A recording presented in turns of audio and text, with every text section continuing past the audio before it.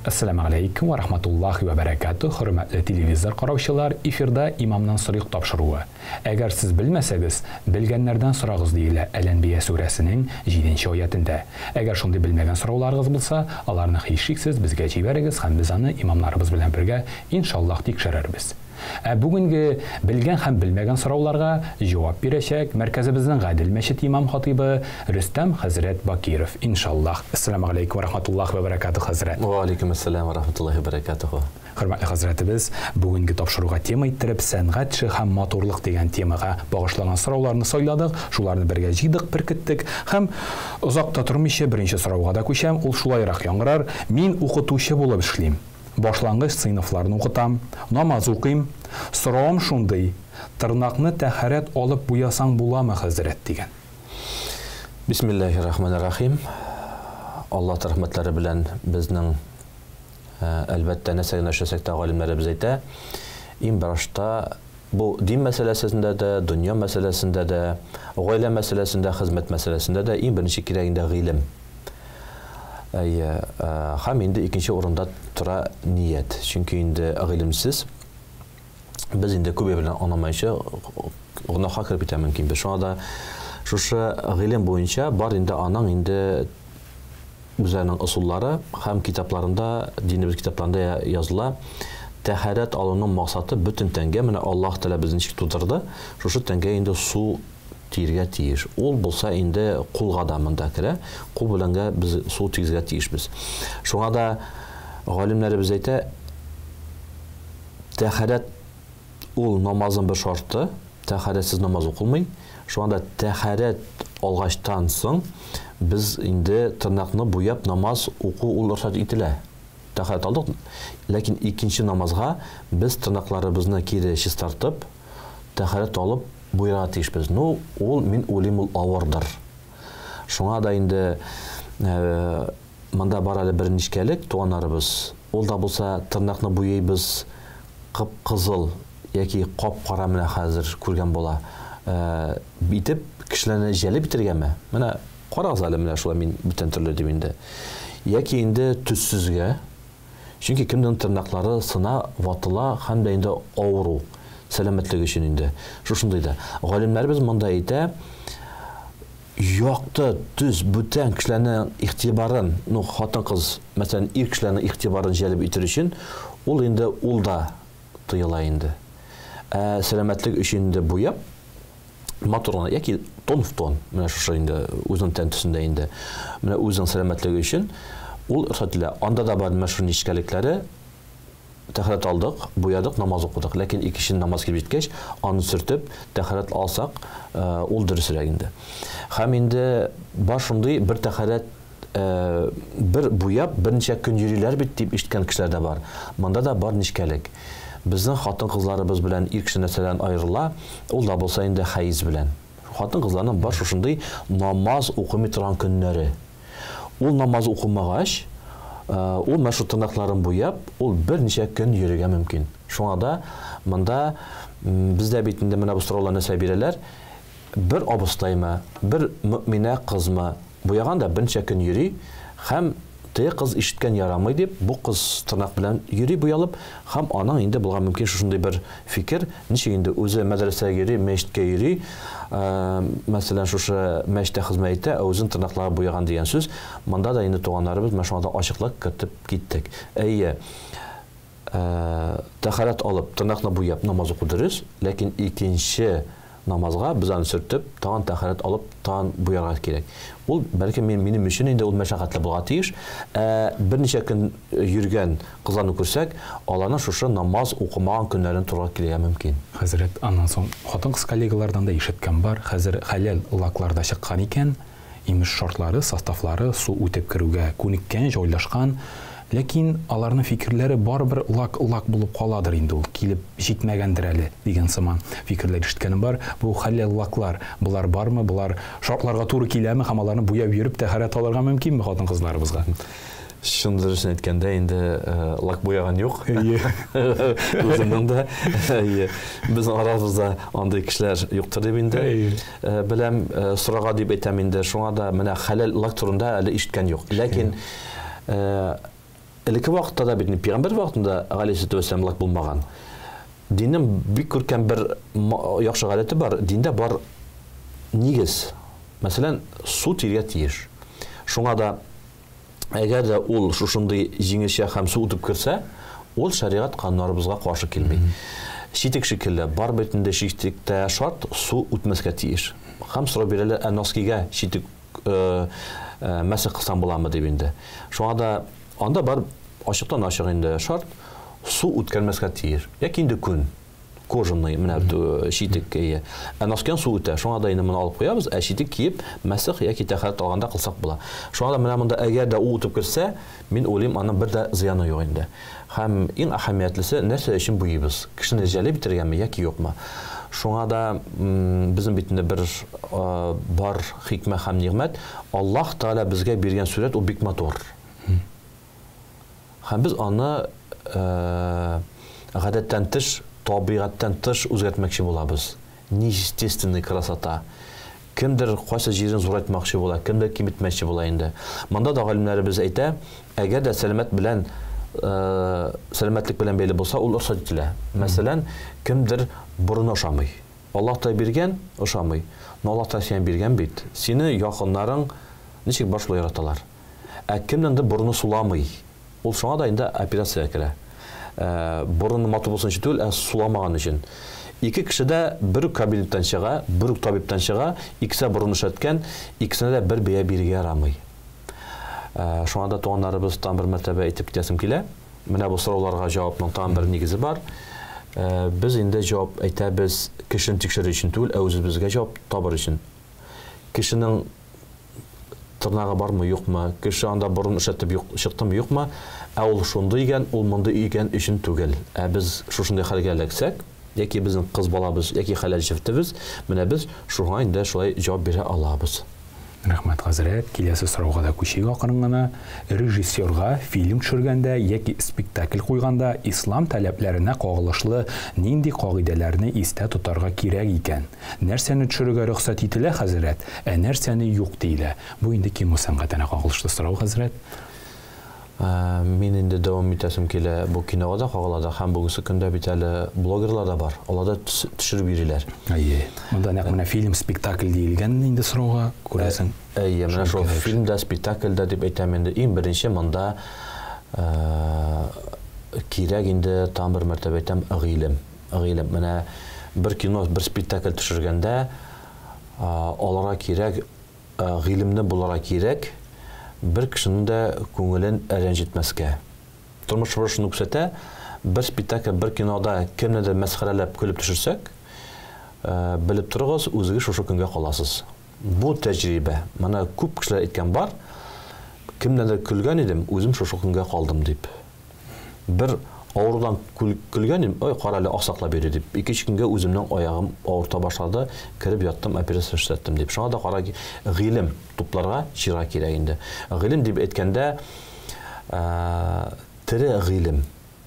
Менә кайр вакытта әле мөселман киносы булса да, яки инде мөселман спектакле булса да, яки булмаса да, менә мөселманча булсын да, калган кешеләрдән дә ала дөрес түгел дип төшереп була. Бу шуңа да инде бер диндә һәм бер акыл белән сыйышкан тормышыбызда хәбәрдә башка сыйышмай, кемнәрдер көлергә дип инде. Һәрбер кешенең хәленә керергә кирәк. Шуңа да инде монда таләпләр инде иң башта киңәш итәр идем. Шундый сорау бирүчегә кино һәм режиссер яки спектакль төшергәндә гыйлемне башта туплап бетерә кирәк. Бүтән мәсьәлә. Хәтта тарих буенча, бу тарихи булса, менә Аллаһ рәхмәтләр белән бик матур битендә кино чыкты. Ибн Фадлан хозур нәшриятының ярдәме белән менә шушы тарих буенча, чөнки ул тарих булганмы, юкмы?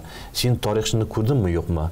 Һәрберебез әле тарих китабын укыгач без бер төрле күрәбез. Хәтта дин китабы укысак та, хәтта шу киноны карагачтан соң да һәрбер кешенең үзенең фикере. Менә мин сезгә әйтәсем килә, ир белән хатын кыз мәчкә керә, бер мәчкә, мәсәлән, Гадел мәчкә керде. Һәм чыгып киткәчтән соң әйтәләр. Хатын кыз әйтә, кара нинди матур штора, нинди матур түл. Ир кеше әйтә, кара матур бурадан эшләнгән. Ой, яхшы бура, шундый таза бүрәнәләр.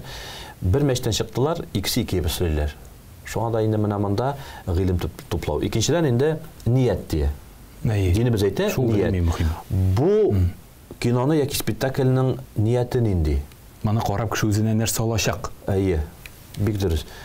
Бу әсәрнең мәгънәсе нинди? Кешеләр арасында низак чыгарыргамы яки дуслаштырыргамы? Әйе. Менә андый да булды бит инде, диннән көлү спектакльләр булды инде. Алла рәхмәтләре белән безнең мөфтиятебез сөйләшеп, ортак фикергә килеп режиссерлар белән бит инде булмаганы белән сөйләмәгез. Әйе. Менә шулай матур итеп басында инде шуңа да инде ният. Өченчедән кирәк инде сабырлык. Сабырлык нәрсәгә? Чөнки ул артистта сабыр булмаса, әйтәсе сүзен әйтә алмаска мөмкин, яки әйтәсе сүзенең мимикасын чыгармаска мөмкин. Режиссерның сабырлыгы, андагы ярдәм итүчән сабырлыгы, әле бит әле кинодагы, спектакльдагы сәхнәдә булган кешеләр түгел, әле сәхнәнең артында булган. Менә безнең дә бүген төшүп торучыларыбыз, әзерләүчеләребез, чакыручыларыбыз, шуңа монда барсында коллективта да буга кирәк сабырлык. Һәм әйтәсем килә туганнарыбыз, сабырлыкның нигезендә нәрсә ята? Сабырлыкның нигезендә ярату ята дип әйтәм мин. Рәхмәт. Була бит сабыр булып, менә ике артист бер-берсенә сабыр булып кинога төшә яки спектакль. Алар сәхнәдә көләләр дә чыккач бер-берсенә сөйләшмиләр. Андый түгел. Менә мин сабыр итеп кенә төшеп бетердем. Юк, сабырлыкның астында мәхәббәт. Мәсәлән, баланы үстергәндә дә без беләбез, күп сабырлык кирәк. Балабыз пычрата, аны вата, йокысыннан тормый, игәш сабырлык. Ләкин без аны нинди сабырлык белән яратып. Әти-әнигә сабыр итәбез, яратып. Хезмәтебез яки монда да киңәш итәр идем. Кино төшергәндә, спектакль куйганда ярату, менә яратып төшерергә. Һәм бу киноның, спектакльнең азагы булсын иде бер ярату хисе уята торган, тормышка ярату, ватанны ярату, ана теле ярату, ир кешене ярату, хатын-кызны, балаларны, гаилә коруны, яхшылык эшләрне ярату, менә шушы сабырлык дип әйтәм мин. Хәзрәт, киноларга төшкәнем булды, режиссерлар һәр вакыт әйтә иде, рольне яшә. Үзең ишенә кертеп, яратып яшә дип. Мин уйлыйм, яшәсәң бу рольне, шул рольдә калуың да бар бит. Кайбер артистларны ишеткәнем бар, шул рольдә калганнар да дип. Ул үз ишенә кертеп, кемдер кино төшкәндә бер-берсенә гашыйк булган тарихларында ишеткәнем бар. Ул гаять авыр әйбер. Үзеңне шул рольгә кертеп җибәрү дә ул шулай ук һөнәреңне яратудыр ул бер уйлаганда, яме. Шулай ук татар сериалларында да төшәргә туры килде, хәзрәт, анда ятак сәхнәләре бар иде. Татар халкы тыйнак халык дип, татар сериалларында режиссерлар аны шикләтеп кенә күрсәтеп узалар иде инде, ләкин күрсәтмичә дә булмый, гыйбрәт өчен кирәк. Мисал өчен Сәркатибе белән җитәкчесе йоклап ята, җитәкчесе туя бу бер көнлек мөнәсәбәтләрдән чынлап гашыйк була. Һәм ул әйтә, син бүтән миңа килмә. Мине монда әйберләр бүтән кызыксындырмый. Һәм нәтиҗәдә Сәркатиб ачуланып йөри, тәгәрмәчләренә таяк тыкмакчы була мөнәсәбәтләр арасында, ләкин инде ул үзенең мәхәббәтенә таба китә. Шундыйрак очракларда гыйбрәт өчен барбер шиген белергә кирәктер мондый сәхнәләрнең дә, шулай бит, ләкин күрсәтергә дә кирәк. Ничек булырга икән? Динебездә бар инде кагыйдәләр, шәригатьтә хәләл белән харам тыелган һәм инде рөхсәт ителгән. Беренчедән инде анда сүз бара, монда да әгәр дә андагы артистлар бер-берсенә мәхрәм булмаса, яки абы белән сеңле анда, яки ир белән хатын булмаса, анда инде кагылу мәсьәләләре, яку мәсьәләләре инде әлбәттә без беләбез инде була тиешендә шикләре.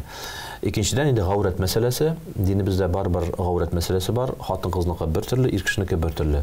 Менә шушы кануннарны куеп, шуларны тотып, әлбәттә күрсәтсәк, аның инде бу минем фикер, бер зыяны да юк.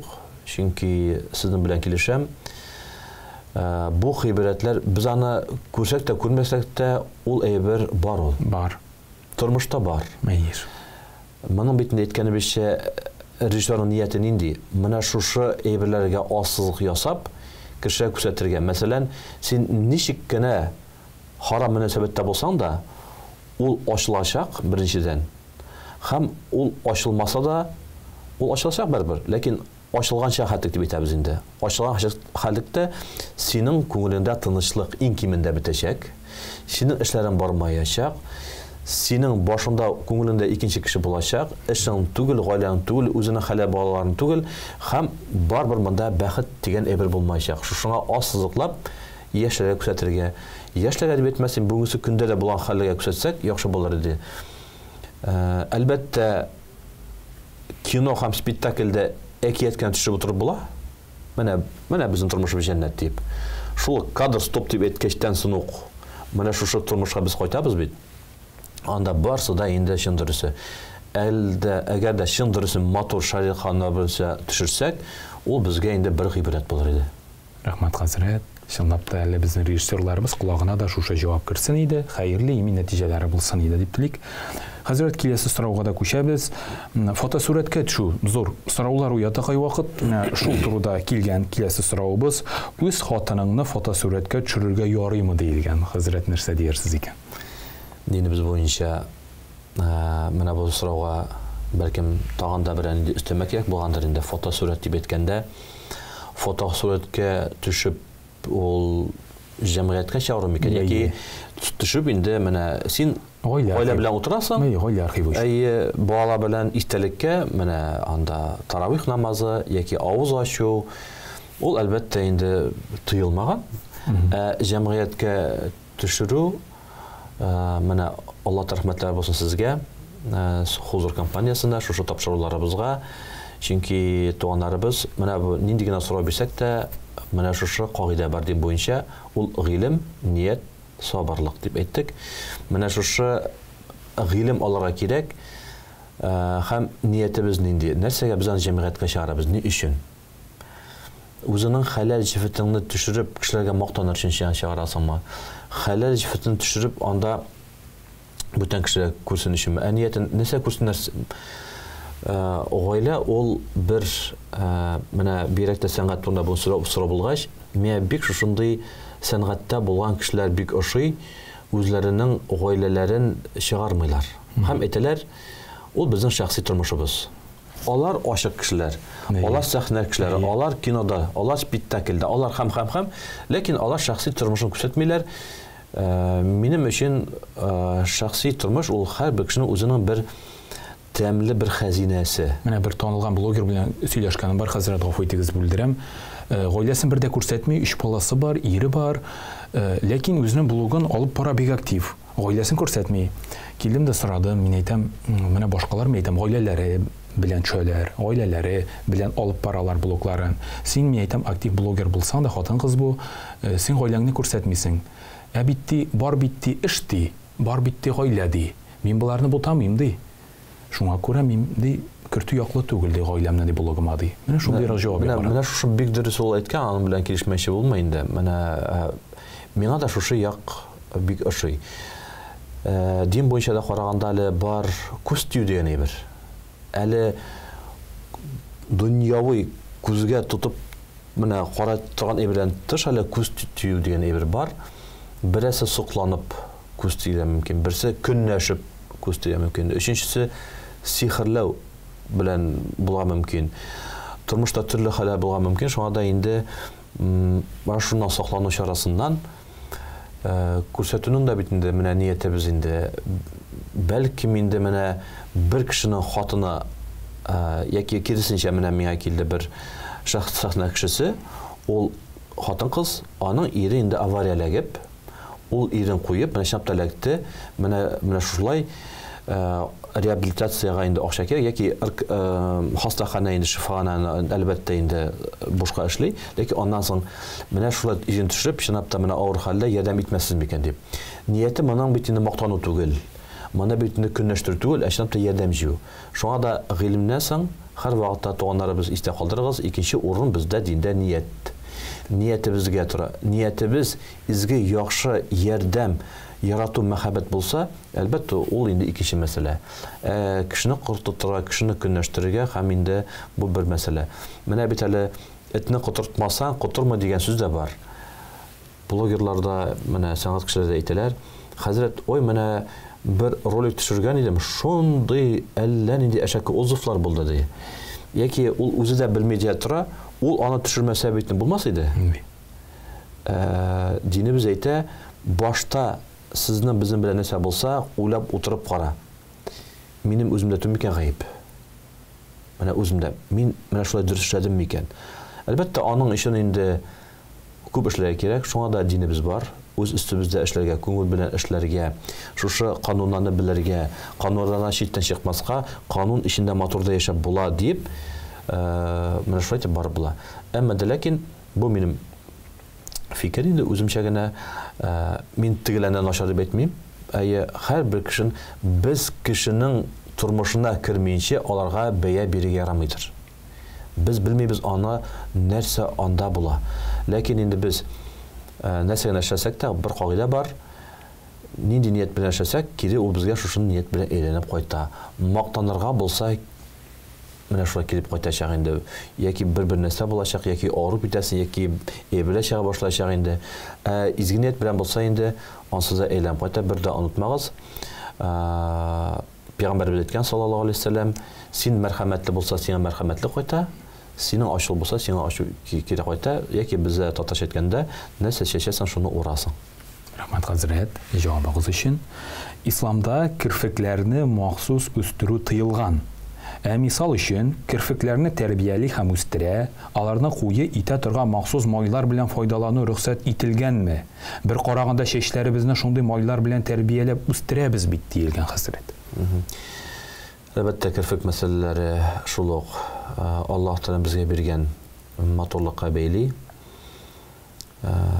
Сорауга җавап, әлбәттә, су үтеп керсә, андый май белән сәламәтлек өчен инде сөрмәләр белән дә куллану була. Хәтта ки пәйгамбәрбез дә алейһиссәлам шушы кара белән кулланган. Ләкин монда шушы тәһарәт алуның максаты су керү, бөтен җиргә су тигезү. Тәһарәтебез дөрес булсын өчен. Гомумән бүген сорау булды лак буенча, тәһарәт буенча, кирфек буенча, туганнарым искә төшәсем килә, тәһарәт дигән сүз ул чисталык.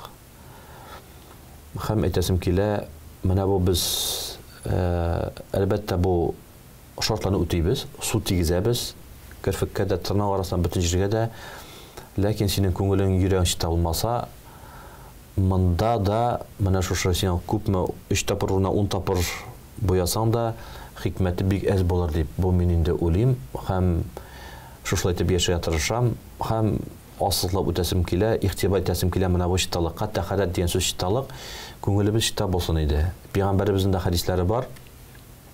Тышкы яктан тузанлы пишрак кешеләр бер изгелек эшләре дә җәннәткә эләгәләр. Тышкы яктан тәһарәтле, яулыклы, анда һәм тышкы яктан бик матур менә әйтмәшлек картинка шикелле матур итеп барсына тыга китергән, ләкин гайбәт сата. Яки кеше рәнҗетә, яки урлаша, яки зинаши. Һәм тышкы яктан ул менә картинка шикелле, ләкин эчендәге теге пишраклыклар инде аның шулай җыелган. Анда менә бу тышкы якны гына караудан максат юктыр инде. Менә шуңа да инде тәһарәт буенча әйтәсем килә, менә бу кирфекләрне нәрсә өчен бер китәбез микән? Менә нәрсә өчен? Аллаһ Тәгалә биргән матурлык. Менә әйтәсем килә, кеше өчен, кеше алдында матур булыйм бит инде. Мәсәлән, кызларыбыз булгач инде кирфек мәсьәләсе бәлким кияүгә чыгып булар. Тырнак матур, кирфек матур, бөтен җир матур. Никах укыттык. Никахтан соң юынып әйтәбез инде хәләр, ир белән хатын бер-берсен хәләр, юынып ваннадан чыгасың да сине ире танымаса, кем син дип әйтеп торса, һәм кире борылып кайтып китсә инде теге сүзне 3 тапкыр әйтеп, бу инде менә бу бер һава гына дип әйтәбез инде менә бу инде. Ну, мин за естественную красоту дип әйтәм, менә бу табигый матурлык өчен. Бу минем фикер. Һәрбер кеше үзенчә инде чыгарсын, ләкин шушы булмаган кирфекне булдырам дип, булмаган тырнакны озынайтам дип, теге гафу итеп булмаган бөтен җирне зурайтам дип, яки кичертәм дип инде там бер мәртәбә әйтәм. Шуңа да менә шушы хаталар кылмасын өчен дә гыйлем кирәк, һәм икенче урында ният кирәк инде. Икесе бергә бара, ике кошның канаты шикелле инде. Менә шуны тапшыруларыбызда гыйлем алабыз, сорауларыбызга җавап табабыз һәм ниятебез нинди безнең. Иң асылда, матурлык, бер җигит белән таныша, ну бар-бар, безнең менә шушы өебезнең нигезе ялганда курылса, ул нигез ватылачак. Ул йорт җимереләчәк. Нигезе безнең фундаменты нык булса, ул нык торачак. Мәсәлән, ярар инде кызларыбыз, әйдә җегетләр кайтабыз. Кайр вакытта җегетләребез гаилә корсын өчен булмаган байлыгын күрсәтәсе килә. Аның ниндидер бер кием алырга акчасы юк, ул дустыннан алып тора. Мәсәлән, бер кыйммәтле тун дип әйтәбез инде. Аның йөрегән машинасы юк, правасы бар. Ул машина алып тора. Авылга кайтырга, кыз белән танышырга, әтиәнсенә күрсәтергә әйе.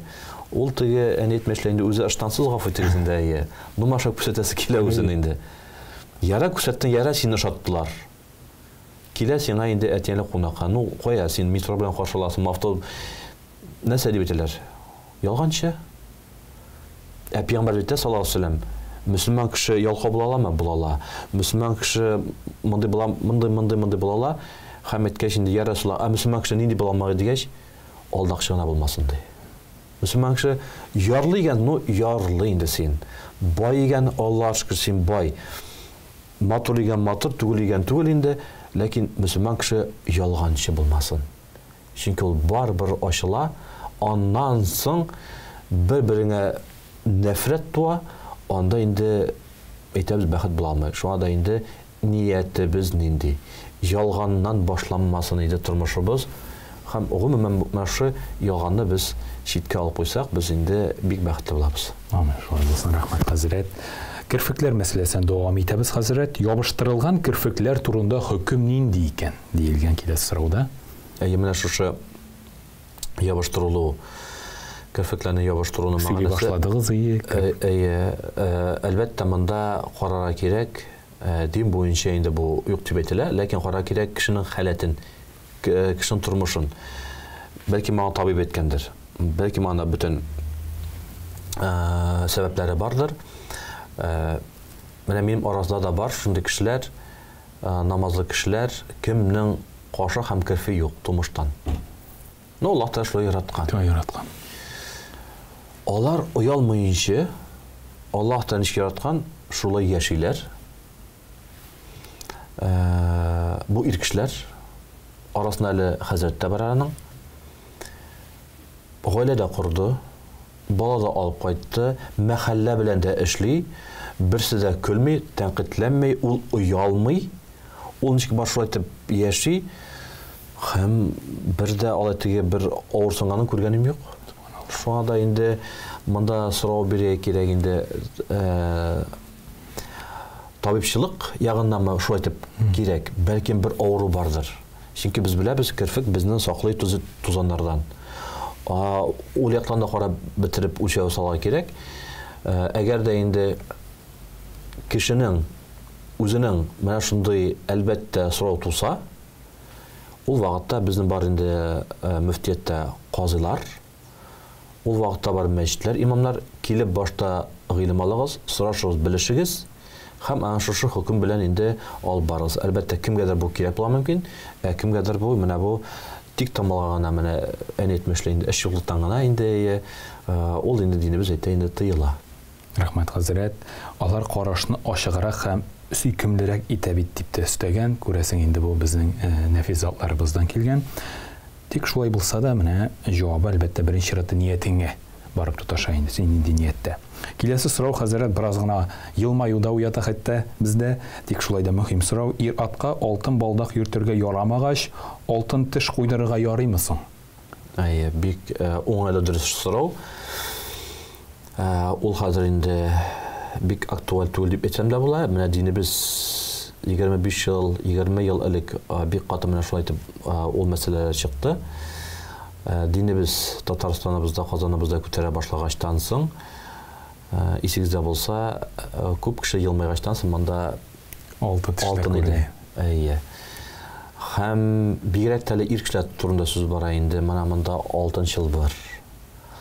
Монда алтын, монда менә Аллаһ шундый бик менә шундый кешеләр йөриләр иде, бар иде. Бүгенге көндә ихтибар итсәгез инде ул менә хәзер күргәндә юк анда ир кешеләрне.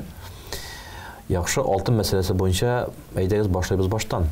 Динебез әйтә, ике әйбер хатын кызга ярый, ир кешегә ярамый. Ул да булса инде алтын һәм ефәк. Золото и шелк. Алтын һәм ефәк. хатын кызга алтын да һәм ефәктә ярый, ир кешегә алтын да һәм ефәктә ярамый. Табигать һәм табибларның сүзенә кереп китсәк, инде аерым бу 1 сәгатьлек инде дәрес бик кирәк, бик кызыклы, сәламәтлеккә бәйле бу сорауга җавап инде бар зарурият дигән динебездә бер мәсьәлә. Ул да булса необходимость. Әгәр дә кеше сәламәтлек буенча шушы ул кешегә шул гына яраса, алтын гына яраса, теш мәсьәләсе буенча, сәламәтлек мәсьәләсе буенча, эстетика түгел, менә шушы ул кирәк мәсьәләсе буенча, ул әлбәттә динебез моны тыймый. Хәтта ки инде алтын ярамаса да. Монда бит инде ул нәрсә белән бәйле, без беләбез, Пәйгамбәребезнең тарихына кайтып, ул вакытта да кеше байлыгын шулай итеп күрсәткән. Менә миндә бар. Ул алтынны бит яшәп тә була өендә, алтын рәвешендә. Чыгарып күрсәтеп мактанып та була. Менә шул мактанмасын өчен инде моны инде тапмагыз, бар көмеш, мәсәлән инде ул инде күпкә инде ышсызрак. Аны белән кеше шаккаттырып булмый, ләкин аны кулланып була. Шушы мәсьәлә буенча алтын йөртү ир кешеләр безгә һәм ефәк тыелган, сәламәтлек буенча зарурат буенча инде ул әлбәттә инде куллана. Гомумән туганнарыбыз әйткәнебезчә бу үзебез өчен. Әгәр дә бер кешене күрсәгез, барып инде муеннан чылбырларын үзмәгез, алтын балдакларын тартып алып инде арада күрмәгез. Нәрсә дип әйтәм, 20 ел элек шушы актуаль булганда, динебез күтәрелгәндә, шушындай җегетләребез менә мондай чылбар белән, менә мондай куллары белән, менә шундай балдаклары белән мәчкә кергән вакытта булды. Кеше мәчкә кергән дин кызыксынып, монда кайбер кешеләр дингә кергәчтән соң белә алтын ярамаган һәм бик каты бәрелделәр. Син монда алтын киеп кергәнсең, син беләсеңме соң бу теге ирлеккә бәрә суга сәламәтлегең бетте, син моннан соң һәм кешенең күңелен күрмәенчә чыгарып җибәрәләр. Һәм әйткән булды анда кешеләр инде миңа мондай дин кирәк түгел. Бер шундый кешенең әйткән сүзе буенча менә син үзеңнең балаң булса нәрсә дип әйтер идең? Матурын аңлатыр идең. Юк бит, менә безгә матур дип аңлатыр өчен башта гыйлем кирәк, сабырлык кирәк, ният һәм яки инде үз өстендә эшләр кирәк. Юк, ансы авыр. Кешегә менә чыгарып инде йөзенә инде бәргә, ансы безгә җиңә, без булдырабыз. Шуңа да менә шундый хәлләр булмасын өчен бу сорауга җавап үзебезгә кулланыр өчен, әгәр дә берәр безгә киңәш итсәк, фәкать ярату мәхәббәт, җылылык белән генә матур итеп кенә инде аңлатсак яхшы булыр иде. Менә шушы әйберләр хәзер безнең җирдә алашы күптән актуаль түгел дип мин беләм, бәлки кемгәдер актуальдер инде, менә шундый күренешләр инде юк. Һәм әйтәсебез килә инде гомумән дин буенча кагыйдәләр, безнең бит инде Аллаһка шөкер тапшыруларыбызны карый күп дин кешеләре, мәчеттәге намазларга имамнарыбыз, абыстайларыбыз, укытучыларыбыз, үземнән һәм үзебезнең мәчеттәге гадел мәчетнең абыстайларыбызның тәҗрибәләрен чыгып әйтәм. Башта әгәр дә дин гомумән тыелудан башланмый һәм бетми. Дин башлана Аллаһ Тәгаләдән, Аллаһ Тәгалә белән бара. Һәм шулай итеп инде без бу дөньядан Аллаһ дип китәбез. Кешегә Аллаһ Тәгаләгә мәхәббәт уятырга кирәк. Кеше Аллаһтан ярата башласа, ул үзеннән үзе менә бөтен кирәкмәгән әйберләрне белән сабырлаша. Ул бит кешене алтынны салдыру бик җиңел. Эчтәге пычраклыкны бетерү бик авыр. Бәлки ул алтын салып куйыр да, эчендәге теге кеше алдау, хыянат итү, саранлык, көнчелек, ялганчылык ул анда битмәскә мөмкин. Гомер буе мин алтынны салдым, мин инде җәннәттә дип яшәргә мөмкин. Шуңа да менә элекке безнең әби-бабаларыбыз сүзләре белән әйтәсем килә, һәм шушы юл буенча Аллаһтан насыйп итсен барырга. Әлбәттә кешегә дин беләсе килсә, Аллаһ Тәгалә турында инде күбрәк инде аңлатырга кирәк. Аллаһ Тәгаләне яратырга кирәк. Ләкин аның өчен башта үзебез әле Аллаһ турында белергә тиешбез. Һәм Аллаһ Тәгаләне яратырга тиешбез. Рәхмәт, хәзрәт. Мәчеткә кәсеп рәвешендә түләүле экскурсияләр оештырырга ярыймы? Бу безнең республикада да бардыр, мәчетләребез хайран балкып торган. Мондый мәсьәлә килеп туамы, хәзрәт? Шурыйсызмы? Бездә Аллаһка шөкер хәзер Татарстаныбыз, Казаныбыз бит инде туристик шәһәргә әйләнде, туристик город рәсми рәвештә. Алла рәхмәтләре булсын инде безнең җитәкчеләребезгә, алар бит инде безнең өчен халык өчен тырыша. Монда инде зарланучылар да бар, ләкин карагыз сез, килгән кунаклар өчен дип күп мебель салына, мәсәлән, юл. Һәм кунаклар киткәч ул безгә кала, шәһәр кешеләренә яктылык. Һәм нәрсәгә әйтсәк тә инде кунаклар өчен дип итәбез, ләкин үзебез шушы матурлыкта, шушы яктылыкта, шушы җылылыкта яшибез. Монда инде сорауны дөрес аңласам, экскурсия өчен акча бирергә кирәкме, алар кирәкме дигәндә, мин шулай аңлыйм. Әгәр дә бер кеше мәчеткә кергән өчен акча сораса, ул инде ярамый. Менә мәчеткә керәсең, намаз укырга акча бир, бу туристический мәчет. Бу менә шундый мәчет дип инде, ул ярамый. Әгәр дә инде бер экскурсовод, ул ана хезмәте, ул аңа укыган, Казанны сөйли һәм гадәттәгечә инде шушы үзенең хезмәте өчен акча ала, ну анда керә инде мәчеттә, анда керә инде чиркәүдә, анда керә инде театрда, анда керә инде Бауман урамы мәсәлән инде, ул инде дин буенча инде ярый. Чөнки ул аны хезмәте, ул мәчеткә кергән өчен түгел, үзенең хезмәте өчен ала, ул аңа укыган, ул тарихчы, ул аны бик яхшы белә. Ул белә мәчеткә кергәндә яллык белән керәгә, ул белә инде аяким саларга керә, анда инде телефоннарның тавышларын басып, менә шушы бөтен кануннарны белеп, дингә килмәгән кешеләр, яки мәчеткә кергән кешеләр дә киреп анда пишатмасыннар, сөйләшмәсеннәр, яки тәмәке тартмасыннар. Мәсәлән, белми ул. Кем белсен бу нәрсә икәнен. Шушының өчен инде ул әлбәттә инде үзенең хезмәт хакын алалар. Яхшы, рәхмәт, хәзрәт. Хәзрәт, әгәр дә мисал өчен алдан билгеләнеп куелган килешү буенча хакимият тарафыннан дип әйтик. Бу чиракта инде килешүләр бар, куллар куелган дип әйтик, һәм инде кешегә бу мәчеткә кирип карау ничә сум. Һәм инде ул әйтик кануннама тарафыннан расланган. Бу чиракта бу рөхсәт ителәме? Бездә шул анда Аллаһ рәхмәтләре белән, дәүләт белән инде дини оешмасы бергә бердәмлектә. Алла рәхмәтләре булсын барсына да, барызга да. Бу барсы да инде казыят белән арыслана, казый фәтва чыгара, һәм фақат шушым буенча гына инде бу эшләр безнең алып барыла. Менә бездә Татарстанда, безнең Казаныбызда, Аллаһка шөкер, менә сез үзегез ничек теләсез түгел. Әгәр дә нәрсә булса дин буенча туры килмәсә, мөфти тарафыннан ул якка инде шалтырату, яки язу, яки хәбәрләшү чыга. Шул ук вакытта, хәтта ки безнең Казан администрациясе шул ук вакытта реагирует итә. Һәм реагирует итә, һәм нәрсә дөрес эшләнмәсә дә, алар гафу итегез белмәдек бит. Яки инде кысылмагыз, без генә монда түгел, алар һәр вакытта да элемтәдә. Һәр вакытта да элемтәдә. Алар үзләре киләләр, яки җылышуда катнашалар, һәм һәр вакытта әйтәләр, нәрсә җитешми, әйтегез, бер һәр вакытта булышка ярдәм итәргә әзер дип. Шуңа да әлхәмдүлилләһ шөкер, бу яктан менә шушы күз тимәсен менә бик яхшы. Хәтта ки ишкән бар инде бүтән регионнарда килеп, безнең Татарстанга, Казанда үрнәк алып китәләр. Әлбәттә, бу якта бездә бар да үрнәк. Аллаһка шөкер. Аннан соң хәзрәт, ислам тарихы музейлары бар. Ислам тарихы музейлары, музей дигәч инде әлбәттә билет алып керү күз уңында тотыла. Бу чиракта ничегрәк билет алып керү фарыз гамәлме дип әйтик? Әлбәттә инде, чөнки барысы да Аллаһ Тәгалә шулай яраткан.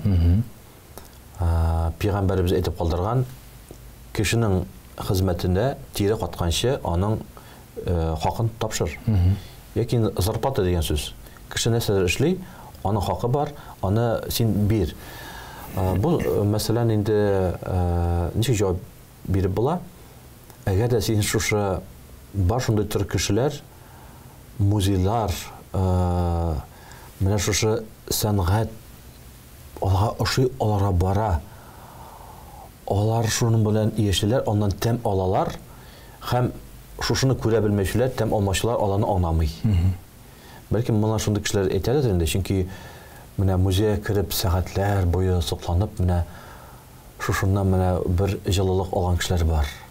Бәлки безнеңчә инде менә Шамаил, менә бит Аллаһ Тәгалә сүзләрен битендә, яки Туграны бер төрле язып була, икенче төрле, өченче төрле. Менә шушыннан тәм алучылар бар, шуның тәмен белмәүчеләр бар. Шуңа да әлбәттә ул музейны карарга кирәк, аның хезмәт хакын түләргә кирәк, аның 30 усулы бар. Әлбәттә инде менә шушы карасын кирәк икән, хакын бирәсең дә, керәсең дә карыйсың. Әгәр дә син моның белән ризалашмасаң, кирмә. Рәхмәт, менә кермәдә, син аны аңламасаң, рәхмәт дип, үзеңә нәрсә хәләл эши, шушы җиргә бар инде. Бу мәсәлән мин хәтта ки мәчет белән дә чагыштырыр идем. Менә мәчеттә яшь хәзрәтләребез силкенә башлый, шул вакытта аның табыла инде бер тәнкыйтьчелеше. Менә аяк чалыш табыла. Кара әле бу яшь хәзрәт тегеләй, булай нәрсәгә шулай, нәрсә халык җыясын, нәрсә әйтәсен дип инде, һәм нәрсәгәдер нәрсә түли, ну безнең нәфсебез анашыла инде бигрәк яраталар хәзрәтнең кесәсен тикшерергә. Яки инде ул кеше инде дәүләтендә кесәсен тикшерә, хәзрәтендә кая нәрсә менә ширеп бай биттегез инде без андый кешеләрне менә утыртабыз, сорыйбыз. Менә безнең мәчетебез, менә безнең су, менә газ, менә ут. Син безнең мәчеткә йөрисең. Әле ул шит кеше түгел. Андый кешеләр Аллаһ рәхмәт төшкере именно шу дини кешеләр ул. Без әйтәбез, менә син ничә ел йөрисең, без тәнкыйтьләмәйбез, ләкин әйдә бу әйтәбез. Менә син бит инде менә хәл итәсең, менә яра мин калдырам, әйдә син менә шушы хотя бы газың гына, ойсын түләп бар. Әлбәттә ул кеше инде юкка чыга инде. Шуңа да һәрбер акыл дин буенча шушындай бик матур әйтем бар. Кызык булса тапшыруларыбызда, яки хәзер, яки киләсе тапшыруларыбызга тукталып китәк була. Безнең әби-бабайларыбызның 7 киңәше. Безнең борынгы әби-бабайларыбызның 7 киңәше ул Коръәндә язылмаган, ләкин барса Коръән белән бәйле. Җәннәткә керергә 7 сыйфат. Һәм менә шушы сыйфатларның арасында аның берсе мәгълүматлы кешенең генә бүтән кешегә сорау юк. Яки синең гыйлеме булса гына, һәм гыйлеме каймый булса гына, бер кешедә сорау юк. Нәрсә бу сорау килеп чыга, чөнки кешенең гыйлеме җитми. Гыйлемле кеше ул аный. Бу музей, ул төзелгән, ул хезмәтчесе бар. Анда һәм инде. Һәм мәсәлән инде ул музейда синең әниң эшләсә, син андый сорау бирмәс идең. Чөнки син беләсең, сиңа әнигә кирәк хезмәт хакы, чөнки ул кайтып әтиңә эпи ала, сөт ала, һәм. Шуңа да менә ничектер менә башта әйтеп киттек бит инде әле кинода төшкәндә дә, спектакль уйнаганда шушы рольгә кирип җиткәч, синең кино һәм спектакль матур килеп чыга. Рольгә кирмәсәң, ну фальшивить итәсең. Халыкны алдап булмый. Ул күреп тора сине. Син чынлап уйныйсыңмы яки чынлап түгел. Монда да динебез әйтә, син кешенең үзенең ул урынга куй, һәм ул яктан кара. Ул якта карасаң, синең инде сорауларың калмый инде. Рәхмәт хәзрәт. Хәзрәт тапшырубызның ахырында килеп җитте. Килгәнегез, сорауларга җавап биргәнегез өчен зур рәхмәт сезгә. Ассаламу алейкум ва рахматуллахи ва баракатух. Ва алейкум ассалам ва рахматуллахи ва баракатух. Хөрмәтле телевизор караучылар, сезгә дә бүгенге имамның сорык тапшыру чыгарылышын караганыгыз өчен олы рәхмәтебезне белдерәбез һәм киләсе очрашуларга кадәр дип саубуллашабыз. Рәхмәт бүген безнең белән бергә булганыгыз өчен. Ассаламу алейкум ва рахматуллахи ва баракатух. Сау булыгыз.